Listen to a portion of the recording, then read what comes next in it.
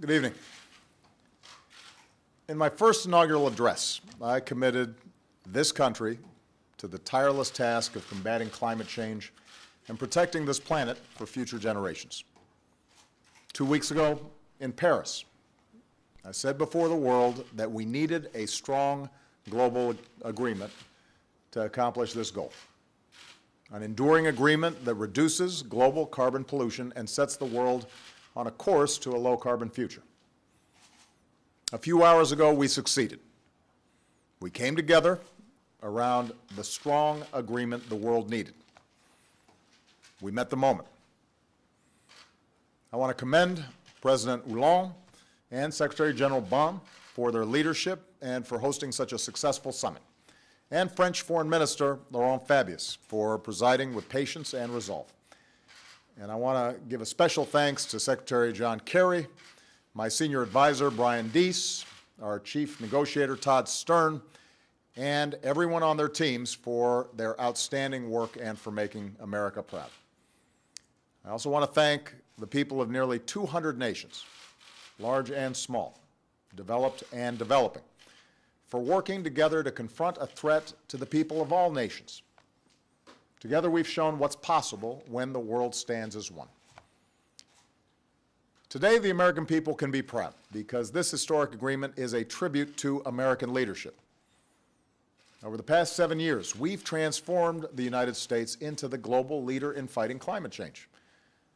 In 2009, we helped salvage a chaotic Copenhagen summit and establish the principle that all countries had a role to play in combating climate change. We then led by example with historic investments in growing industries like wind and solar, creating a new and steady stream of middle-class jobs. We've set the first ever nationwide standards to limit the amount of carbon pollution power plants can dump into the air our children breathe.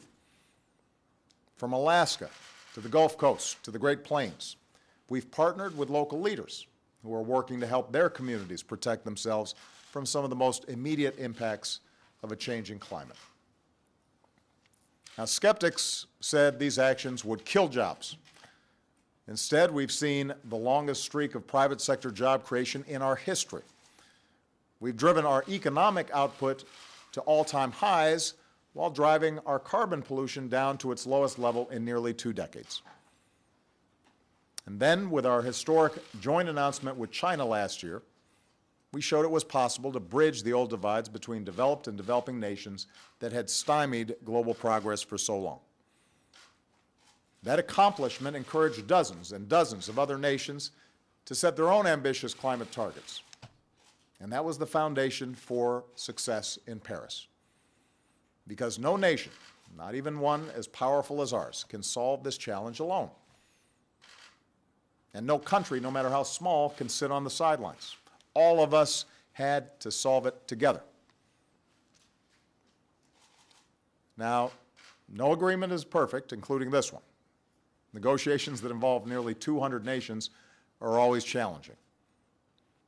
Even if all the initial targets set in Paris are met, we'll only be part of the way there when it comes to reducing carbon from the atmosphere. So we cannot be complacent because of today's agreement.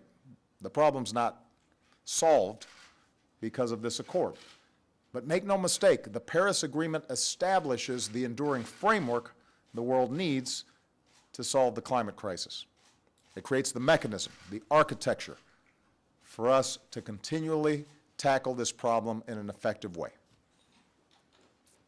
This agreement is ambitious, with every nation setting and committing to their own specific targets, even as we take into account differences among nations.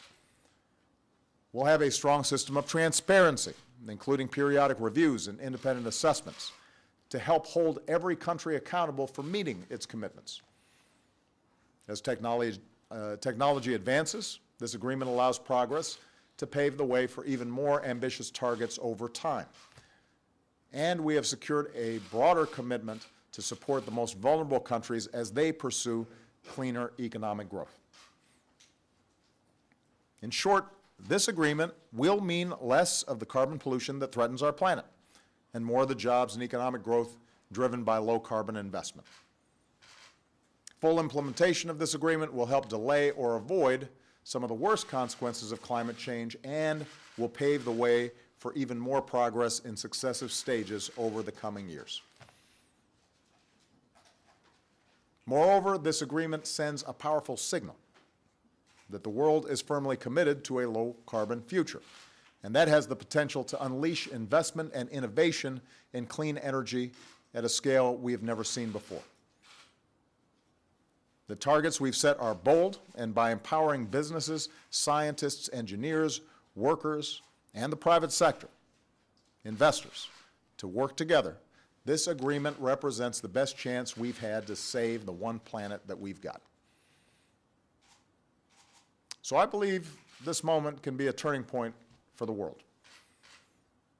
We've shown that the world has both the will and the ability to take on this challenge. It won't be easy.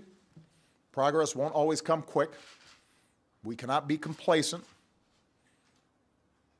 While our generation will see some of the benefits of building a clean energy economy, jobs created, money saved, we may not live to see the full realization of our achievement, but that's okay.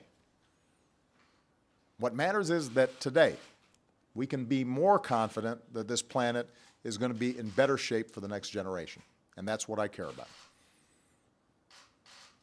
I imagine taking my grandkids, if I'm lucky enough to have some, to the park someday and holding their hands and hearing their laughter and watching a quiet sunset, all the while knowing that our work today prevented an alternate future that could have been grim.